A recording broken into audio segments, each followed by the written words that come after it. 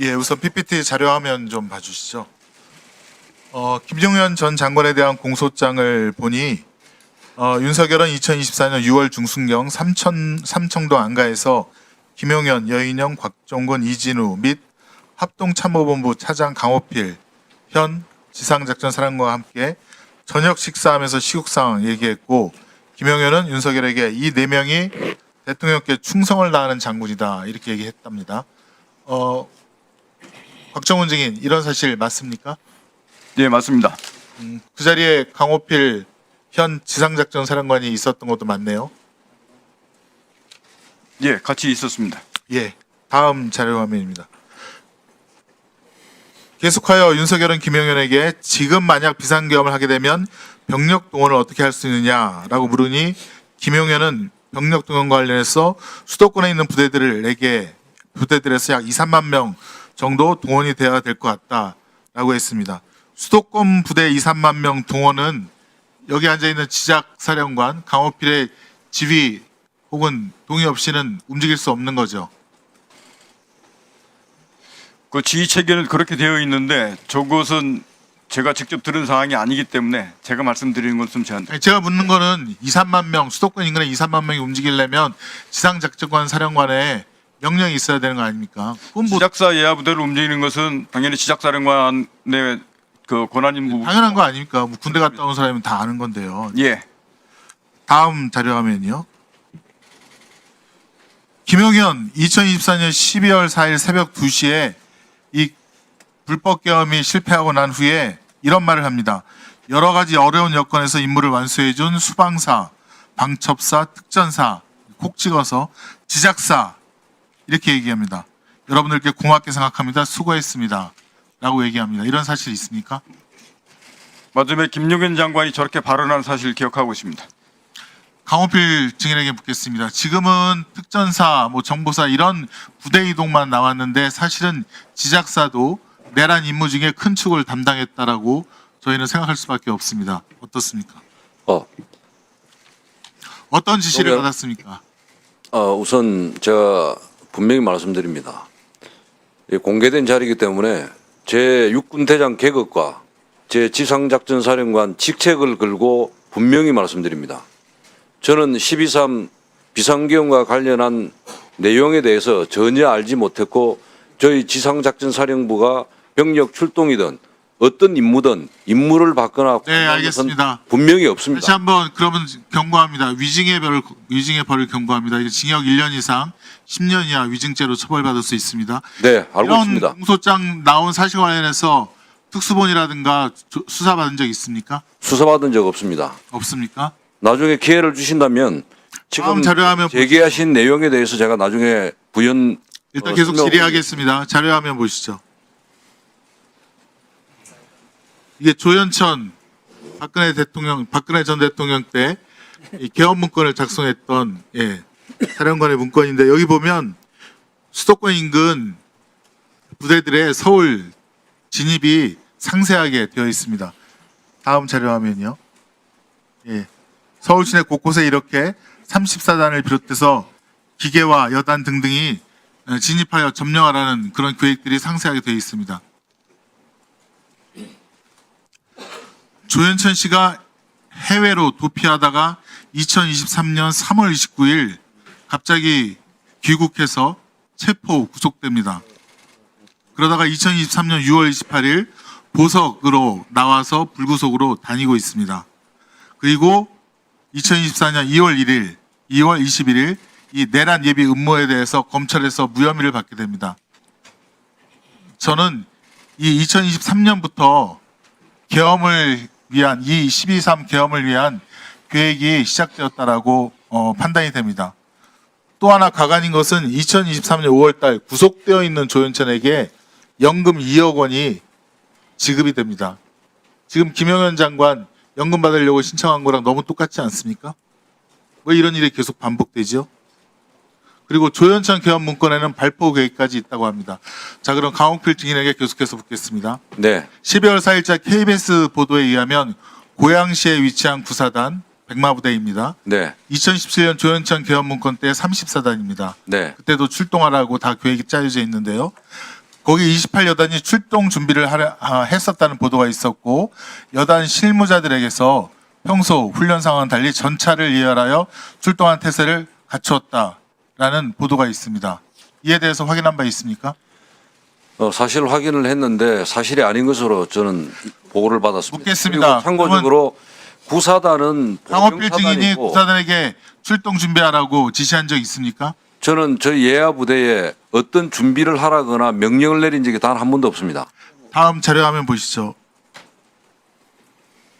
양구군청 출동한 계엄군, 고성군청에 출동한 계엄군입니다. 양구는 21사고 고성은 22사입니다. 이 두 곳에 계엄군이 7명이 출동하고 또 고성군 같은 경우는 2명이 출동합니다. 이것은 어떻게 이루어진 일입니까? 그 내용도 마찬가지입니다. 일단은 결론은 지작사에서 지시한 것은 없습니다.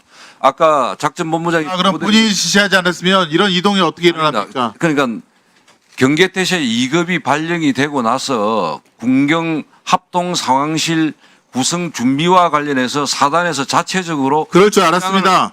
자, 확인한 것입니다. 지금 군경 합동 상황실은 통합방위법 시행령 16조에 따라서 통합방위 사태가 선포된 때 구성하도록 되어 있습니다. 이 전국 경계태세 진돗개 둘 발령에 의해서는 되지 않는다고 그렇게 규정이 되어 있습니다.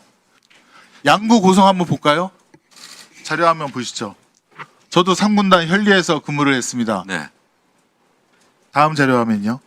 자, 이 총기까지 휴대하고 다음 자료 화면.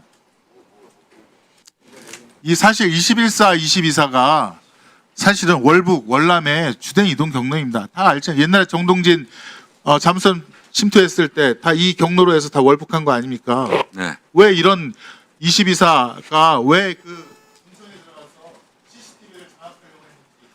의원님, 저 부대들 활동은 제가 다 확인을 했는데 분명한 사실은 비상계엄과 관련해서 활동한 것이 아닙니다. 아니고 그러면 화천, 인제, 철원 다 전방에 있는 부대들이고 지작사 관할인데 왜 양구랑 고성만 출동을 한 것입니까? 그 부대들이 다른 왜 출동을 안 했어요?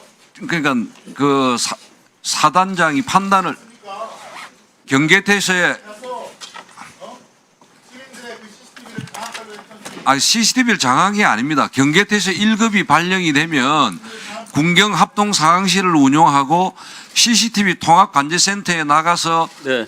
그것을 하게 돼 있는데 그것을 준비하는 차원에서 협조하러 갔다고 제가 확인을 했습니다. 자, 강호필 사령관, 네. 조금 전에 모두에 좀 뭐 또 추가로 하실 말씀 있을 것 같은데 있습니까? 표정이 뭐 있는 것 같은데 있어요? 네. 말씀하십시오. 아까 여러 가지 우리 존경하는 김성은 의원님께서 세 가지를 제시를 했습니다. 6월 안가, 그다음에 병력동원 사전 모의, 화상회의에 지작사도 참가해서 임무 완수 뭐 이렇게 했다고 이렇게 말씀을 하셨는데 세 가지에 대해서 제가 기회를 주시면 좀 말씀을 드리고자 합니다. 간단히 말씀드리세요. 네. 우선 첫 번째 6월 안가 모임 관련해서는 제가 사적 모임에 간 것은 6월 달에 단 한 번입니다. 한 번이고 그때 방첩사령관으로부터 연락이 와서 대통령 주관 격려 식사 자리가 있는데 참석을 해달라 이렇게 대통령께서 요청을 했다. 이래서 제가 그 안가를 간 거고 식사 자리에서 대통령께서 이번에 대장 진급했던 것을 축하하고 그다음에 종교 때문에 진급을 시킨 것은 아니지만 이번에 모처럼 불자 출신이 대장이 진급이 되고 하면서 불교계도 상당히 좋아했다. 이런 이야기를 격려 진급 축하하는 그런 이야기 플러스 자기 당신의 검사 시절에 일하던 주로 사적인 그런 이야기들을 주로 하면서 대통령님께서 주로 거의 거의 전체의 한 8, 90% 이야기를 했고 저희들은 식사하면서 뭐 주는 술 먹고 이렇게 말 그대로 술자리였습니다. 그렇게 무거운 이야기를 하는 거나 그런 것은 아니었고 그다음에 충성을 다하는 장군이라고 했다는 사실은 저는 사실 개인적으로는 기억을 하지 못합니다. 그러나 그 말은 이 군인들이 각자 맡은 직책에서 최선을 다하고 있고 국군 통수권자한테 충성을 다한다 이런 의미로 이렇게 이야기한 것으로 저는 공소장에 나와 있는 걸 보고 그렇게 이해를 했습니다. 두 번째는 병력 동원과 관련해서는 아까 제가 말씀드렸지만은 제가 분명히 여기서 말씀드릴 수 있는 것은 제 계급과 제 직책을 걸고 제 군생활에 저의 개인적인 명예를 걸고 여기서 분명히 말씀드립니다. 12.3 비상계엄과 관련해서 전혀 저는 알지를 못했고 저희 지작사에게 임무를 주었거나 병력 출동 임무를 주었거나 어떤 임무든 역할을 하라고 저는 지시받은 사실이 없습니다. 만약에 그런 사실이 있었다면 지금 한 달 반 정도가 지났는데 지작사 이하의 저희 부대원들이 웬만한 사항은 다 알고 제보를 했을 겁니다. 없습니다. 그 다음에 화상회의 문제도 마찬가지입니다. 최초의 12월 3일 날 첫 화상회의 때는 저는 사실 공간에 그 당시에 있었고 보고를 받고 그때 공간에서 보고를 받고 부대로 들어올 준비를 하고 있었고 저희 지작사는 참석도 안 했습니다. 거기 합참에서 보고한 것처럼 기계획돼 있는 대로 이 부대들을 어떻게 하라고 첫 화상회의도 지시를 했습니다. 그 다음에 저희는 들어와서 전방에 접촉 지역의 대비태세 유지하고 북한군 동향 파악하고 제대별로 위기 조치 체계 가동 이런 것들을 확인한다고 정신이 없었습니다. 네. 그러다가 마지막에 네. 갑자기 합참에서 통제해가지고 자. 화상회의 참석하라 했는데 사실은 VTC만 연결해놓고 1시간 동안 대기를 하고 있었습니다. 네, 이제 그만하시고요. 사령관께서 지구작전 사령관을 하지는 안 했습니까? 했잖아요. 말씀을